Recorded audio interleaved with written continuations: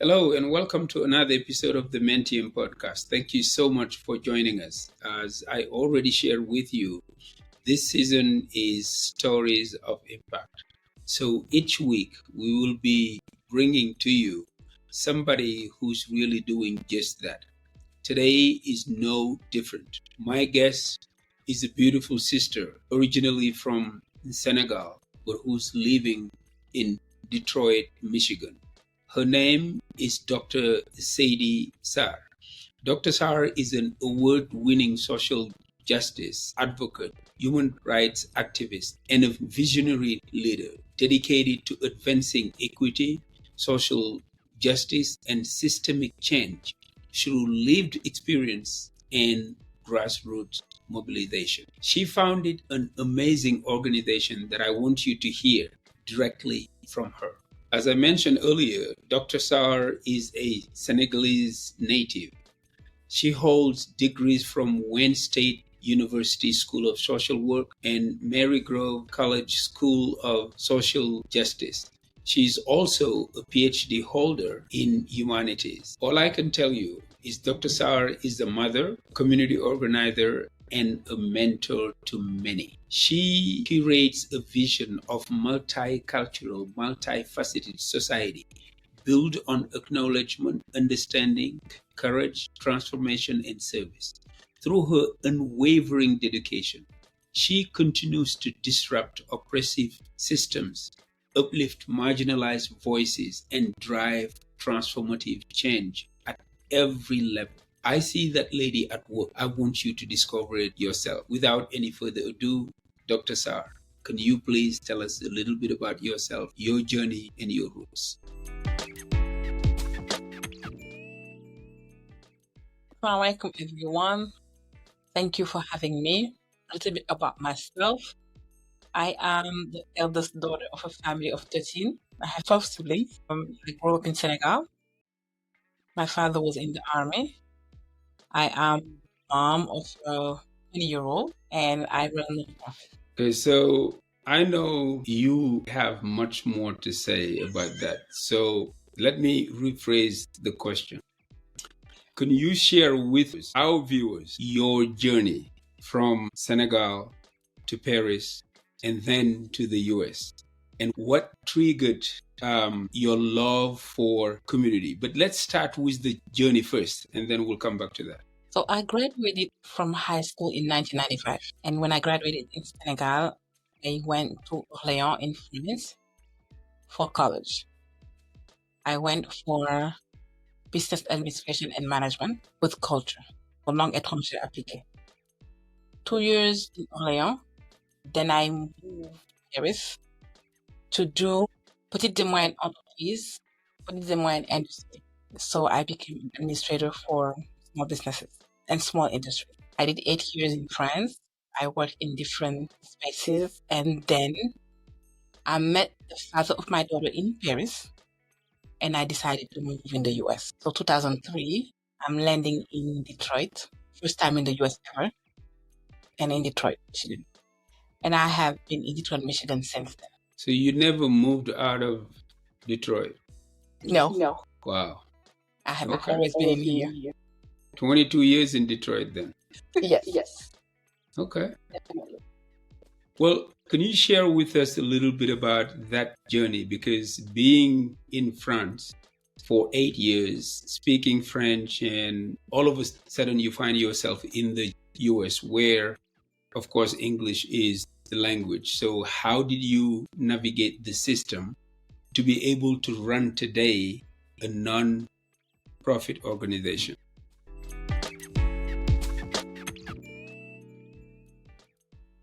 One thing that wasn't a problem when I moved in Detroit was language.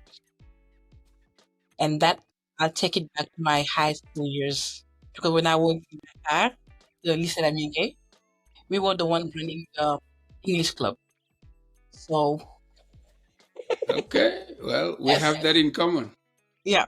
So the language wasn't a barrier because when you go to school in Senegal, you know that 9th grade to 12th grade, you take another language that is not English. So English as a second language is introduced in middle school.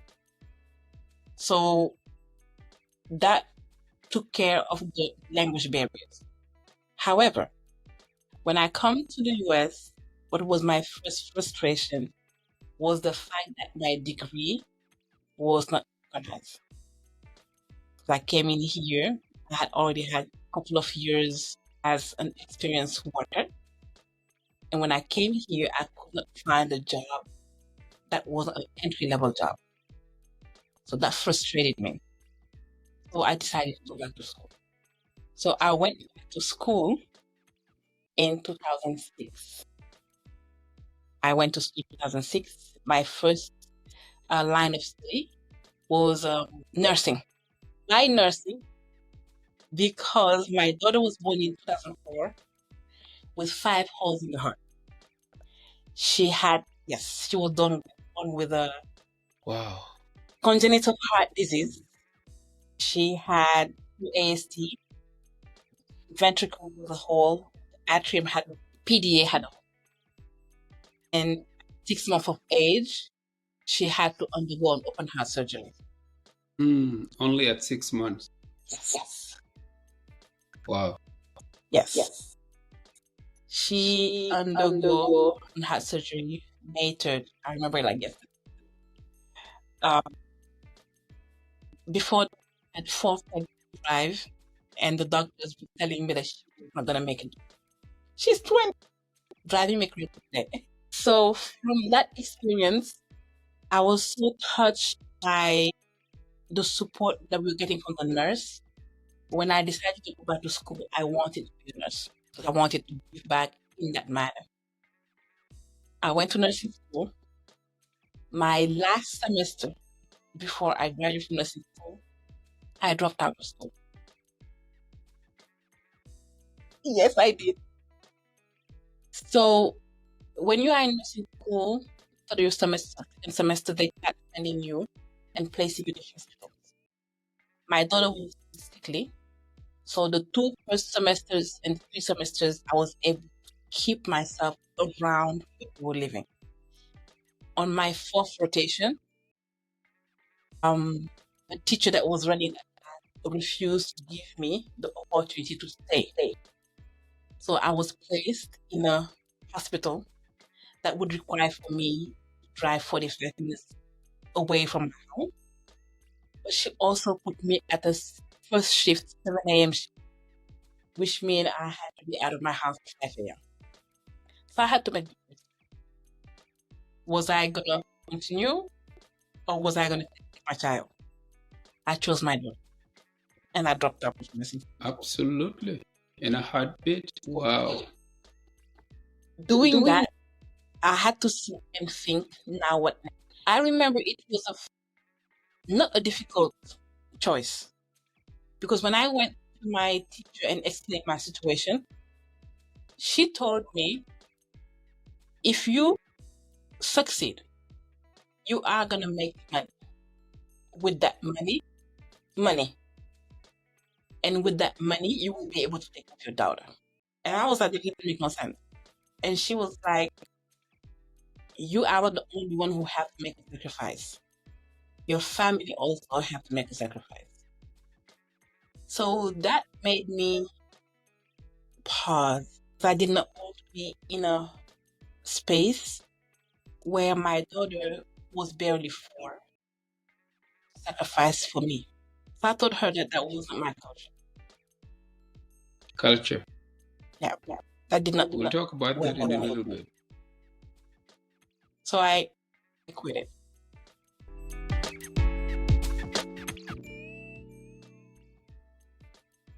And I finished the semester just to have my associate degree of applied science, but not a nursing degree. Okay. After that, I sat for a couple of months and I went to Wayne State University. The week school registration was closing, I went to see the counselor and the lady looked at me and she was like, why did you do this? You already have applied science. Why did you go for nursing in the same college? She was like, don't you understand that That's mean you still gonna get an associate of nursing. So she showed me that I was moving in the system because the community college only can give you an associate degree. So if you do 2 or 3 degree, it's still associate. So that was the first time somebody sat down and explained to me how the system works. Then she broke it down and showed me that I was using all the money that I could use for my undergraduate. I was using at associate level. So I would not have enough money to cover my schooling to get a bachelor degree. Then she gave me a choice. She was like, you can go for childhood education, social work, or cultural anthropology. Everything would transfer with 2 or 4 credits. Okay. And she gave me a week. She gave you a week to make a decision. Yes. Because the registration period was coming after a week. I chose to do social work as a major with cultural anthropology as a minor. So I rushed in 4 days to apply to my social work, and I bunched it to the office for registration and asked to have a meeting face to face instead of writing an essay and sending it because I was at Dubai. And I remember the lady at the registration was just smiling and she was like, "You are lucky. The director for admission is here today. Let me see if she has space to talk to you." I waited for 4 hours. Then finally, the director of admission called me in her office and we had a 15-minute conversation. And she was like, "If you can submit your application by tomorrow, you might be lucky." So I stayed up all night to complete my application and send it in. Then that afternoon, I was the last student being accepted to social work for that year. So I joined my last minute day. But I never regretted it. That's exactly what I was about to say, because I said, had you continue on the nursing path, that's true that you will impact a lot of people because that's who you are. But boy, look at the difference that you are making right now by being, this is the first time that I truly understand why you do what you do. Your degree is in social work. Yes. But then you had your master's in social justice. What did you have your PhD in?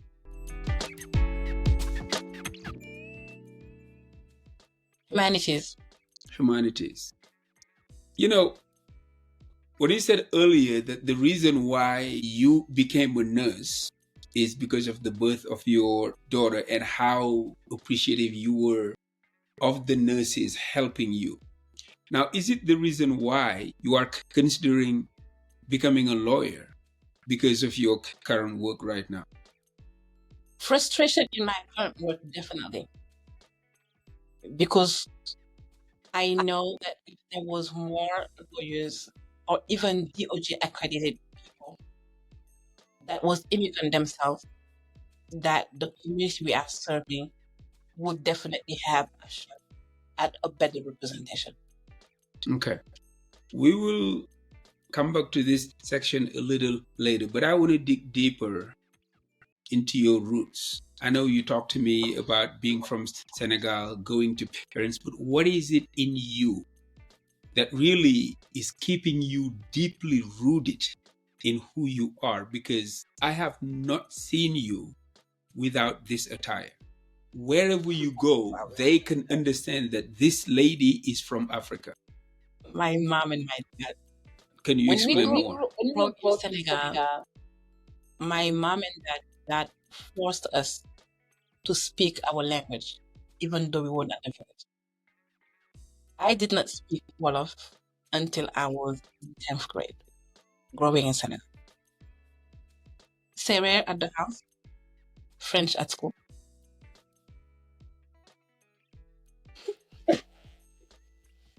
I think I am. That was it. My dad allowed us to speak anything but Serer at the house. he was like, we asked where mom and dad are, you are going to be. Every summer, he would divide the house. This summer, the boys go to the village, the girls go to summer school, during the vacances. The next summer, the girls are in the village, the boys go during the vacances. So we alternated.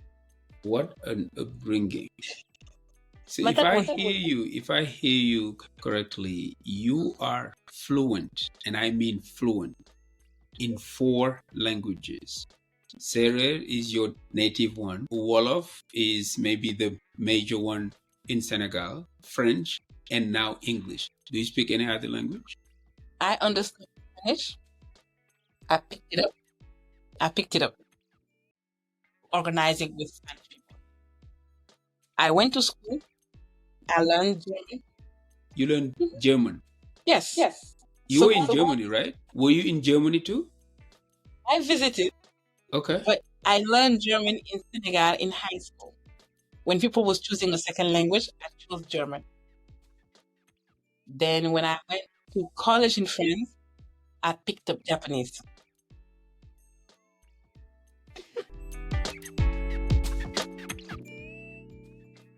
So it looks like God was preparing you for the work that you were doing right now. Because I bet you meet a lot of people from different nationalities, countries, and what have you. Yeah. So can we jump now into the work? Why did you get into community work? I understand one part, which is that's what you have your degree in. But when you are doing it, your heart can be like as big as the world, because I've seen you in your work. Why social justice and community leadership? My father, when we were young, he used to tell us that if you have a degree, you have knowledge, you have a skill set, you have a diploma, and all of that serve you only. In the sense, you go work, you get a salary, then you are useless. So all of that is useless. It's only good if it serves your community. Can you say that again? Daddy said, if you have a degree, un diplôme, you have a skill set, un savoir-faire, you have all the knowledge, and you use all of that only for yourself, you are useful. That is only useful when it serves your community. He used to talk, example, it was a time and age where in a lot of villages, you had one person who was the person everybody go to have their letters read.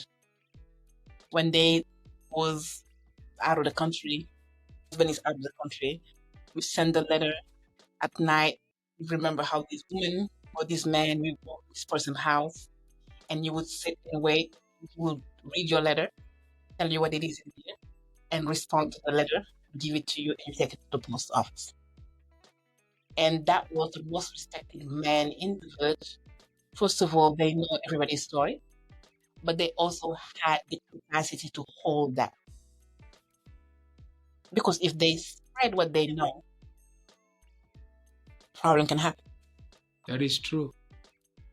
And most of the time, it was maybe the teacher or the institution that was there. But at daytime, they were a teacher in the school. In any other time, that the role that they played, it was a key role in communities. But it was also a service role. And that person was trusted. So anywhere I've been, and I'm not the only one, because my siblings school at different levels, so that you can relate to that. But I always kept that with me. 2004, 2003, I came to this country. 2004, I got married in this country. The same year, I made a mistake that almost got me deported. We got married, and my family offered us a trip to Canada for our honeymoon. When we went to Canada and we spent a week in Canada, we came back. At the airport, there was a conversation that led a secondary check-in on my status. And they told me because I left the US without a travel document, I couldn't came back to the US. We had to negotiate for 2-3 hours at Montreal airport to get me back into the US. Then we discovered that I was supposed effectively to ask for authorization to travel because I did not know that when you marry a US citizen, you're supposed to apply for a citizenship status change, and I didn't. That led me to receive a notice to appear. Went to court, and I was proceedings to be removed. Then I had to dig by myself. Even when you were married to a US citizen? Because I did not apply for adjustment of status. And I had already traveled the country without. So between 2004 and 2007, I struggled to figure out what was wrong and how could I fix it. In 2007, I was able to adjust my status. What I learned throughout that time, there was a big question. Where there was a question for me. Okay. Because when I was trying to figure out my situation, only people that I had access to here in Detroit was Latino people. I didn't have no non-Latino organization who was telling me how to go and where to go. So I started movement work within the Latino movement for immigrants' rights. In 2007, it was like, nah, we, Black migrants, need something like this. At the time when I did my research, the only African immigrant that I knew in the research world was Amahakasa, who had founded African Community Together. And he was at the very beginning. The other person that I had found in my research was another immigrant who did not have an organization, but was organizing in Columbus, Ohio, called Ibrahim Massoud. He was pushing for Columbus to have an office for African affairs.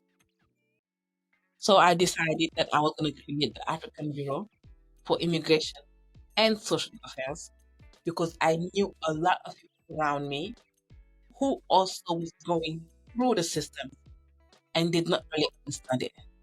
What was really upsetting is to see that for avoidable mistakes like mine, people was being caught into deportation systems like I did. So I started organizing and created my organization, start going to meetings, start setting up meetings, helping people file their paperwork, helping people find a lawyer, interpreting, and the fil en aiguille, here we are today. So Abisa, and when I discovered that name, I thought it was bold. Abisa is the African Bureau. African Bureau of Immigrant Affairs. When I read that, I thought it was a government organization because they're the one usually saying something. Bureau, yeah, like FBI or something. And that's where I saw boldness in your leadership already, just by looking at the name. I did let you know. Abisa was born out of not a need, but out of your own experience of being almost deported, even though you were married to an American citizen. Yeah. So from that experience, you say, what happened to me, I will not let it happen to anybody else. So I will take in charge. And then you created Abisa.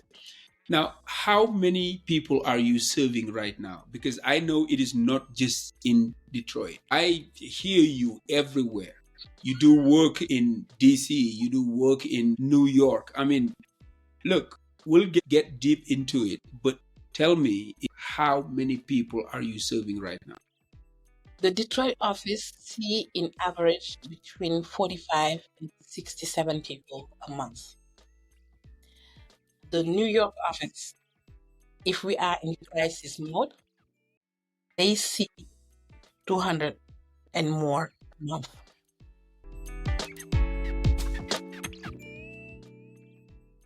And what are the services that you guys are offering? That's the question that I'm like.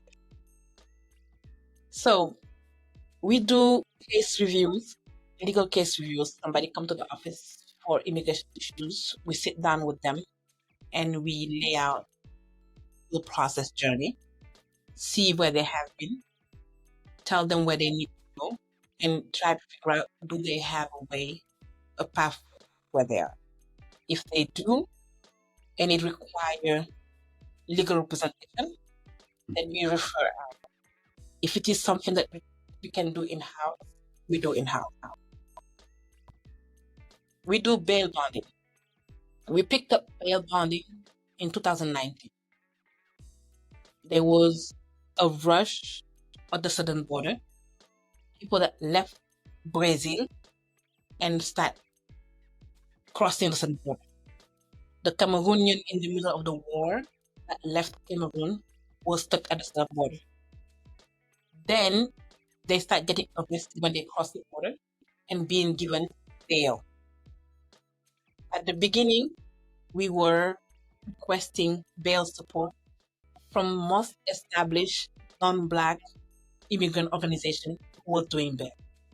2018, 2009, we hit rock bottom when we had a Ghanaian movement that was deported after we requested bail for almost 6 years for her. My friend, who's an organizer from Haiti, I was with me on the phone, and at the middle of the night, we decided that we were going to create our bail bond to start bailing our own people, being Black people. So the Black Immigrant Bail Fund was born like that out of frustration. And we launched several campaigns to raise funds to bail Black migrants out of detention. And that, in 2022, we did 283 migrants that was bailed out. It was 83 migrants. Wow. Yes, Black migrants. You insist on the word Black migrant, and I know the way you guys write Black is not with it is not with an A. It is with the V upside down. Can you tell me a little bit about that and why? A couple of years ago, we were part of a movement called Black Women Worldwide Inc. And within Black Women Worldwide Inc., there was an effort to put everybody Black, melanated, Afro-Latino, Indigenous, Afro-descendant, African diaspora under one umbrella. Where what we focus on is how do we celebrate us together.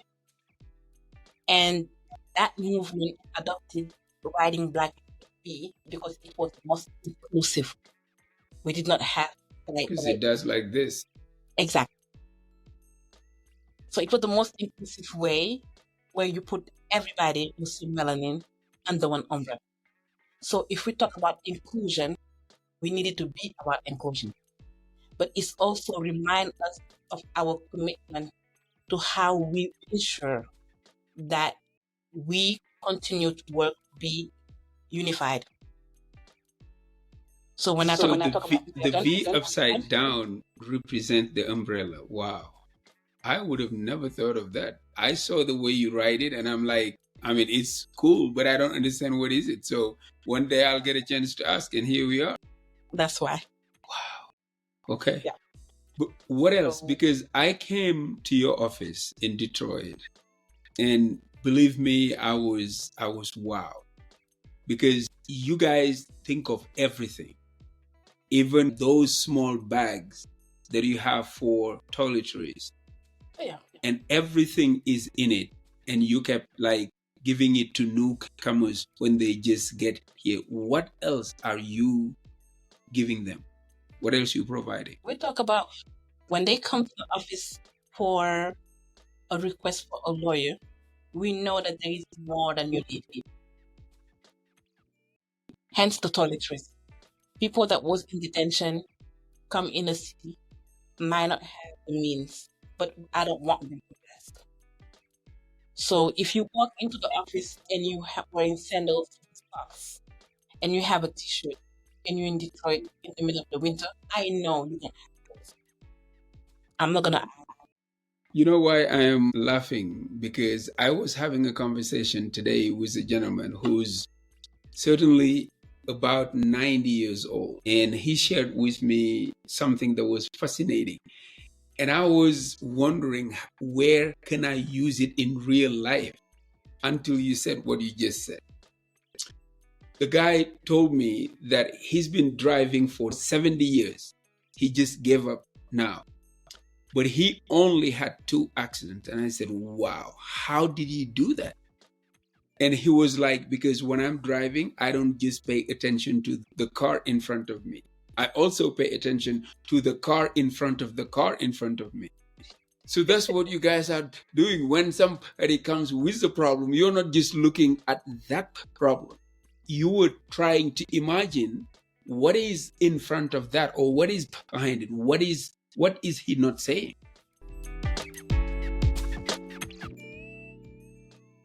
It is important that we do that, because it is important that we maintain the dignity of the people coming. And we also understand that the system that we are entrenched in have historically not maintained the dignity of Black people in this country. And if your social system is built on that history, it affects everybody, regardless of the time that we are living in, because that is deeply entrenched into how the societal system works. Now, when you know your people, you know where they come. You have an imagination of who they were before they met the system. So it is also our responsibility to humanize them and to maintain that humanity as they go through this process. Because we know that their first encounter with the process was dehumanization at least. That is true. So we can't fix it. But we're going to make sure that when you leave the office, when you leave the Abisa member, you feel differently about yourself. Nobody going to tell you that you are intelligent because you want to speak the language. Nobody going to treat you in a way that or that you are less than. So we ensure that when they walk out of our space, they continue to hold their head high. They are valued. Their dreams are valued. They understand that the journey might be, but that journey don't understand who they are. Look, I know you said earlier, you talked earlier about your daughter, but let's say that is your biological daughter. But how many daughters do you have? How many boys do I have? Okay, how many children do you have in Detroit? Because your house is always filled with boys and girls. I mean, and I was like, this is how you live? And you're like, yes. So how do you feel about all those kids gravitating around you and calling you mom? And some of them are like in their 30s. Yeah. I love it. So my daughter always makes faces because she was like, oh, you always said you want boys. We have only boys. So when I complain about male energy, she's like, no, you call this face. But I really enjoy it because I understand that with the journey, the space is important.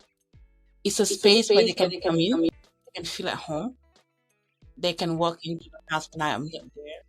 They open the refrigerator. They cook food.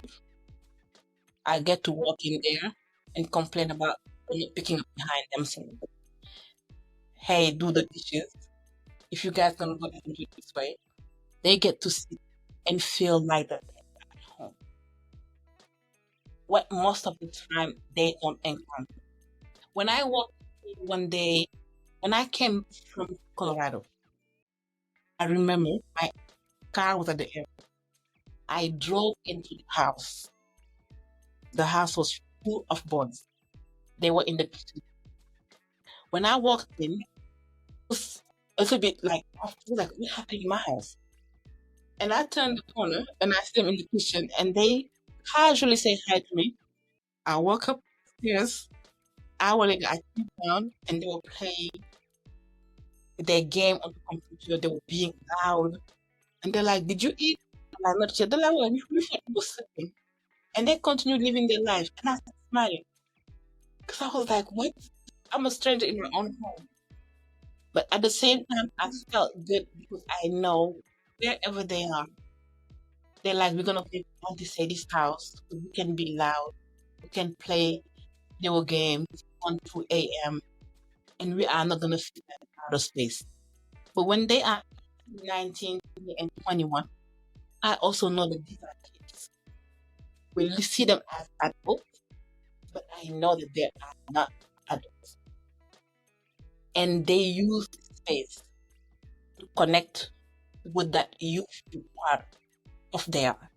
So if I can provide that, I will provide. It's not a big price to pay for the mental health of my community members. It's not a lot. You know, what I see in there, and I can testify to all of this because I witness it. So you just don't work at your work. You take work at home.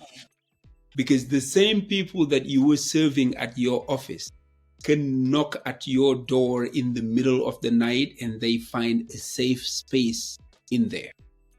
So if that is not impact, I don't know what is. It is impact. Look, now let's talk about this because I know you do a lot of work. Your main stuff is immigration. But also you help in many other ways. How many people, and you had one recently, just like about a month ago, when people die, we don't wish it, but when people die over there, your organization is mostly in charge of taking the bodies back home. How do you manage to raise that much money to spend it on that all the time? I raise it on a case by case. I do appeal when we are in of the tragedy. That was never something that I ever planned. That was not part of the deal for you. Never. Ahma Faye passed away in Guatemala in 2021. He was on his way to the southern border. The person he was traveling with left him at the hotel. On his way, they called me and they said he died. The police came. They took the body. And if nobody claimed the body, they are going to cremate it. They are going to cremate it. So I called the hotel owner and he put me in contact with the organization who had the body in a safe. And we started negotiating how we were going to send the body home. At some point, I remember I was on my way to go to Guatemala and my team was like, you crazy, you're not going to Guatemala. So we started raising money. The family was in Senegal, in Tuba, and could not. So I negotiated with NASIF and asked them to give me extra days. They gave me 20 days. Because by that time, they had the body for almost a month. And they were like, if you don't claim this body in 20 days, we are going to cremate. So it was a fight to ensure that the remains of Ahmed Faye made it. So we didn't. And you were here in the US and it happens over there in Guatemala. How did they get your number to call you in the first place? That has always been the question. But I guess we do a good number of the telephone Arab in our community. People pass your numbers left and right if they believe that you can help them. So that's what happened. So were you able to get that buddy to Senegal? Oh yeah. Look at Ahmad. If you look at some of the graphic that we use for the Makanga Fund, the back picture is him. So when we decided to create the fund after he passed away for burial, the back picture on the front is him. So we did that. Then it happened again. Then it happened again. And anytime it happened, it's a battle. Sometimes I call Muslim most and I make her ask, and they're like, we can have half of it. One case that I know that look, when I saw the email and I saw your name, I was like, wow, I don't understand what this lady is doing.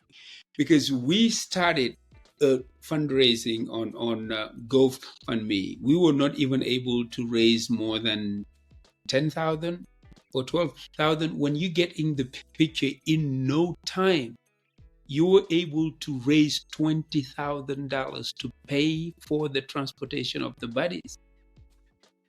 I call folks, I tell stories. There is a lot of things that happen in the network. People need to be asked. And we take our time. I don't know. We sit down at the kitchen and we're like, hey, call this person. We tell the story. They like to call this person. And we start calling people. And it's true.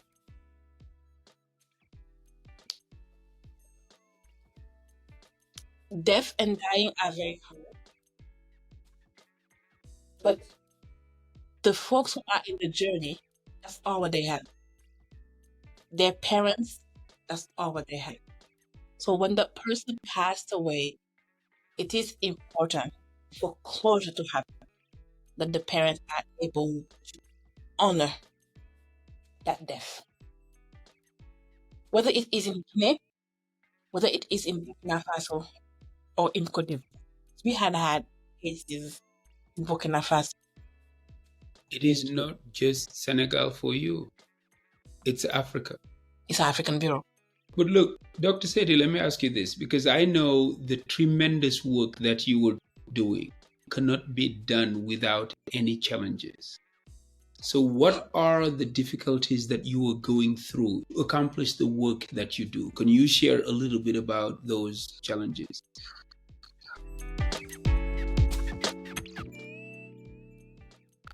Existing as even the organization is a challenge because funding is one. We always really time. We never have enough money for anything we do. The community we serve don't even believe that they deserve what they need to get. Even trying to get the community behind the work is a challenge. Because getting the community behind your work is a challenge, and you are doing this for them. It is. But when people in this country and they were hammered that they don't deserve anything good, they don't even believe it's possible. When people come to the office for a question and you tell them, oh, this is doable, they don't believe you. You have to fight them for them to believe that this is doable and there is a path, and if you stick to the path, you will find success. You see, if you didn't mention this, I would have never imagined it at all. Because for me, when I ask for challenges, I thought you would talk about how you were facing the racist system, dealing with immigration. That's what I thought. And of course, funding. But if you have to fight the own people that you were trying to serve for them to believe that you can do this, it's a different story. isn't it? Yes, but racism and anti-blackness system is a go. I already know what it is. I don't need to fight it. So you were already prepared for that, so you know it exists. I already know that. Okay. That is set and agreed upon. So, therefore, or I spend my time dismantling it, or I spend my time creating a pathway to where we need.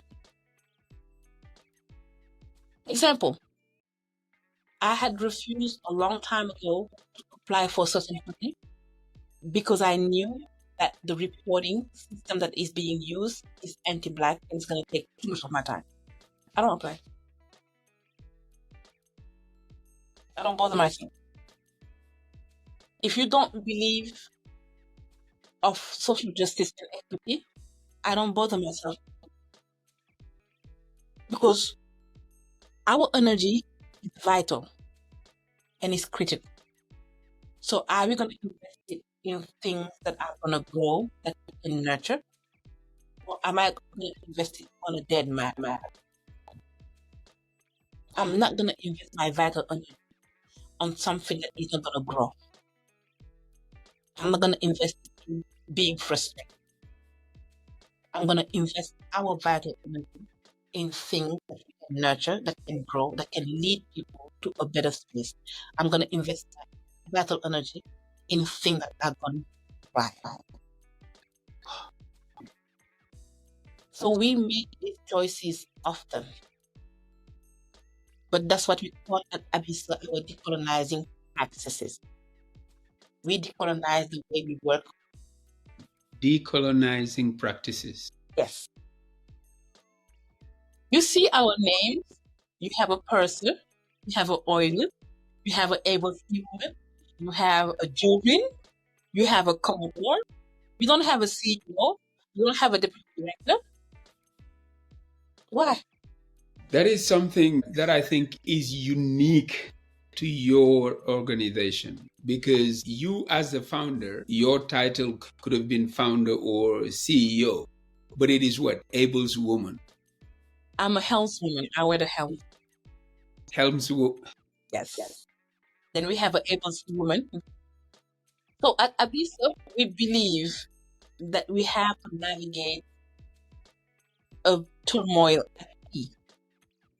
We believe that we are all in a ship that navigating administrative issues in the banks of certain island. So if you are on a boat that is on rocky water, you don't have to type the CEO. But you also understand that the person, the deckhand person, the deckman, the horseman on the ship are as important as the help person. That is a powerful lesson of leadership. Oh my goodness. Look, I know people watching this would have to rewind because I don't want to have you repeat this again, but that is a powerful lesson of leadership. Now, one thing that I also realize is, for instance, on your website or on your flyers, there are always these small mottos that you have in different languages. Since Wolof is the one I speak, I can recognize Nit Mbokam. Yes. And everybody, being a Wolof or not, or whatever, they all repeat the same thing from different languages. Can you tell me a little bit about the other ones that I couldn't understand? They say the same thing in that language. So Nit Mbokam, they say the same thing in... Yes. Kin Opogum in Serer, Netokambandum in Fula, and so on and so forth.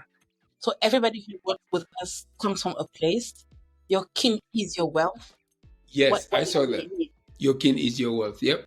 So Nit Mbokam. So we need to treat our kin as their own wealth, but we also need to believe in it.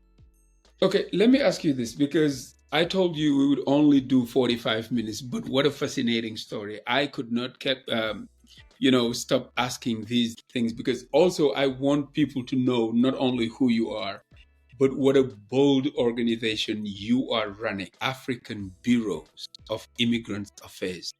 I was like, what a name. But now, what are the lessons? If you were to share with people, what are the lessons or vision or advice that you would have for people who are in the same field as you? Stay in your lane. Say what? Stay in your lane. Stay in your lane. By that you mean? When you decide to do something, stay in what you decided to do and endure there. Let me share this with you. Bob Proctor, he passed away, who is the phenomenal personal development guru, used to say that multitasking is one of the biggest fallacies of our time. And you tell me, stay in your lane. So in a word, do one thing, be single-minded, focus on one thing until you get it done. Stay in your lane. Stay there. What a beautiful advice. Everything gonna find you there. When we started, a lot of people think we were gonna count 10 years. We clocked 10 years along. And it wasn't funding that made us 10 years. It's because we stayed the course. We believe in what we say. We are building a type of society. And we know that the pyramids were not built in one day. So by we, you really mean you and your team. Yes. Can you talk to me a little bit about that amazing team of yours? Because I met some of them and I was just like flabbergasted on how tight-knit they were, but also how well they worked together. The harmony between these young adults were just phenomenal. Can you tell me a little bit about them?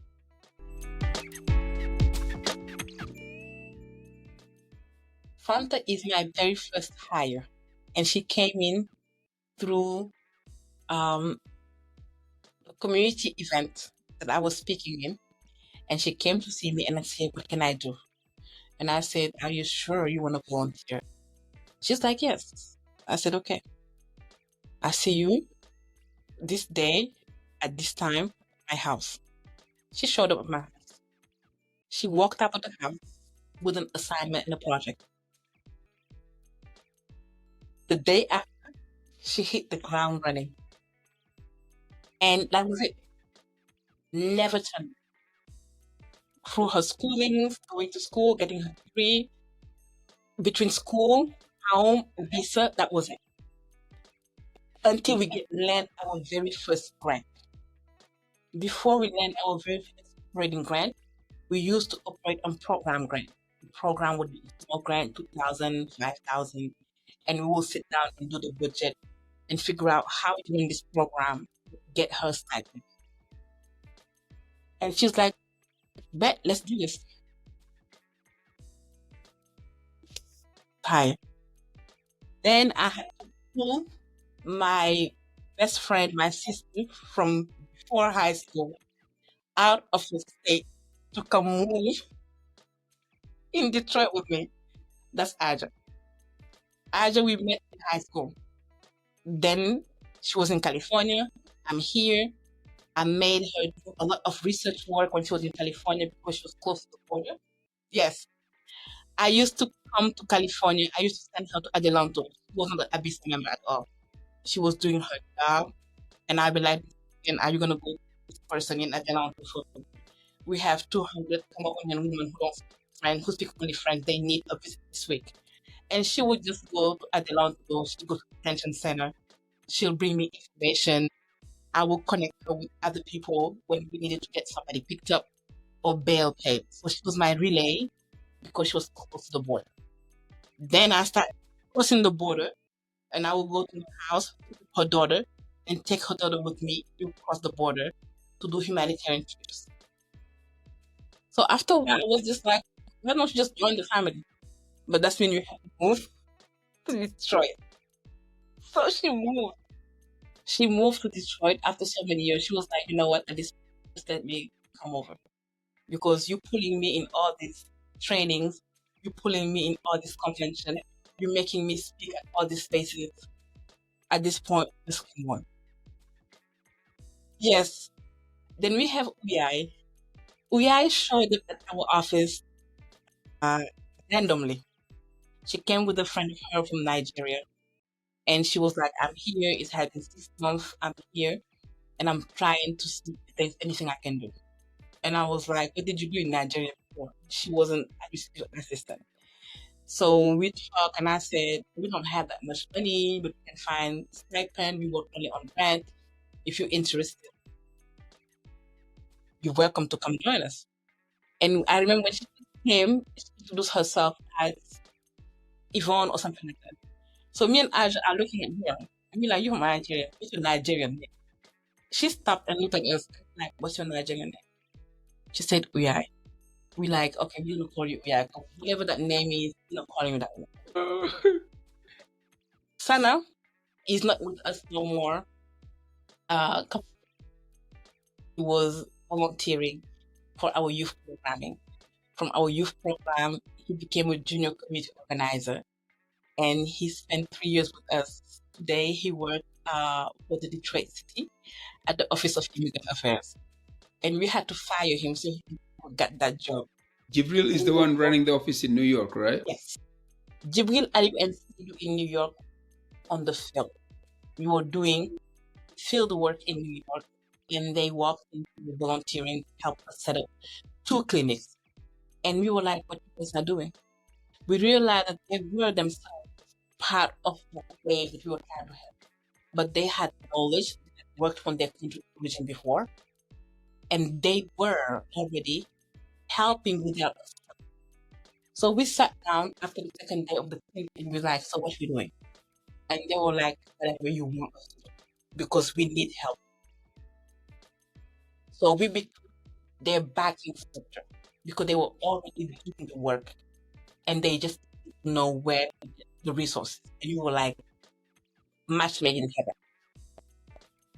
And their first year, they served 4,250 people in New York. Everybody at the team, somewhere, somehow, had skin in the game. And we also accepted that we were going to do this as a family first, a team second. So that's exactly what I noticed in there. I know on my visit there was a brand new hire, somebody who just started, but she was also doing phenomenal. Jibril, when I saw him at your house, I thought he was your son. Because he just owned the place, like he was doing. And he refused to be introduced as the New York coordinator. He'd be like, no, stop saying that. I happen to be the New York coordinator. He happened to be in New York, but his heart is in Detroit. Yes. Wow.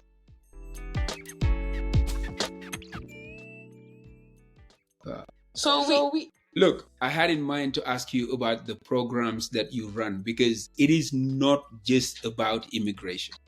I've seen the work. You've trained young people to go to college. You've done a lot of other work, programs that you showed me. And I was like, wow, this should be extended to all African or just Black communities in the nation. So in maybe just 2 minutes, because we're already going over time, can you share with me 1 or 2 programs? Springboard to Excellence. It's a young girl mentoring program. We have cohorts. You work in the cohort at 8th grade, and we work with you until you graduate and go to college in 12th grade. We meet every other weekend. We do community work, and we do in-house support. Everything and anything. But we also ensure that you get your community hours. You're going to get leadership. You're going to do project work. But we're also going to talk about mental health issues. We're going to talk about anxiety, cultural issues. We're going to talk about how do you pass the SAT. We're going to talk about how do you create a budget. We're going to help you apply for college. Financial literacy already. Yes. So I think it's a space that is great because it allows us to sow a seed in a whole nother space and to help nurture great minds. Dr. Seydi, Yes. that was an awesome.